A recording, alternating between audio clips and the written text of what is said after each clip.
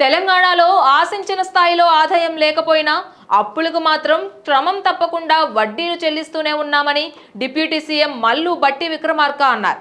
ఇవాళ ఆయన మధిర నియోజకవర్గం ఎర్రుపాలెంలో మీడియాతో మాట్లాడారు. గత 10 ఏళ్ల పాటు రాష్ట్రంలో అధికారంలో ఉన్న బీఆర్ఎస్ ప్రభుత్వం నిరుపేదలకు ఇండ్లు ఇస్తామని మభ్యపెట్టిందని ఆరోపించారు. తమ ప్రభుత్వం అధికారంలోకి వచ్చిన నాటి నుంచి ఇండ్లు లేని వారికి ఇందిరమ్మ ఇళ్లను నిర్మిస్తున్నామని అన్నారు. ధనిక రాష్ట్రాన్ని బీఆర్ఎస్ చేతిలో పెడితే 7 లక్షల కోట్ల రూపాయల అప్పు చేసి వెళ్లిపోయిందని ఆరోపించారు.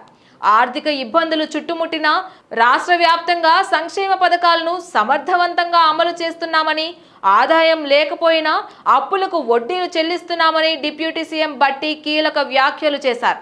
90 లక్షల కుటుంబాలకు సన్నబియ్యం అందజేస్తున్నామని అన్నారు. నిరుద్యోగులకు ఉపాధి కల్పించడమే లక్ష్యంగా 9,000 కోట్ల రూపాయలతో రాజీవ్ యువ వికాస పథకాన్ని ప్రారంభించామని మల్లు బట్టి విక్రమార్క తెలిపారు. జూన్ 2న లబ్ధిదారులకు ఆర్థిక సాయానికి సంబంధించి ధృవీకరణ పత్రాలను అందజేస్తామని అన్నారు. రాజీవ్ యువ వికాసం స్కీమ్ కు సంబంధించి సోషల్ మీడియాలో సిబిల్ స్కోర్ పేరుతో అసత్య ప్రచారం జరుగుతోందని ఆయన మండిపడ్డారు. ఫేక్ ప్రచారాలను ఎవరూ నమ్మొద్దని యువతకు విజ్ఞప్తి చేశారు. రాష్ట్ర వ్యాప్తంగా నిరుపేదలకు ఇందిరమ్మ ఇండ్లు నిర్మించి ఇచ్చేందుకు ప్రభుత్వం 22,500 కోట్ల రూపాయలు ఖర్చు చేస్తోందని తెలిపారు. ఇల్లు లేని వాళ్ళు ఎవ్వరూ కూడా ఆందోళన చెందాల్సిన అవసరం లేదని, నిజమైన లబ్ధిదారులకు న్యాయం జరుగుతుందని తెలిపారు. ఇక వ్యవసాయం, ఉచిత విద్యుత్ కోసం ప్రభుత్వం ఏటా 12,500 కోట్ల రూపాయలు ఖర్చు చేస్తోందని పేర్కొన్నారు.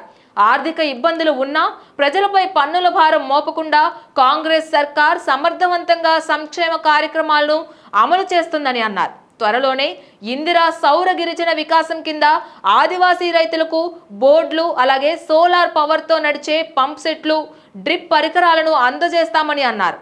ఈ నెల 18న నాగర్ కర్నూలు జిల్లా అచ్చంపేటలో సీఎం రేవంత్ రెడ్డి ఆ పథకాన్ని ప్రారంభించబోతున్నారని డిప్యూటీ సీఎం మల్లు బట్టి విక్రమార్క తెలిపారు. Please subscribe to the channel and download the Politicos app from the links in the description.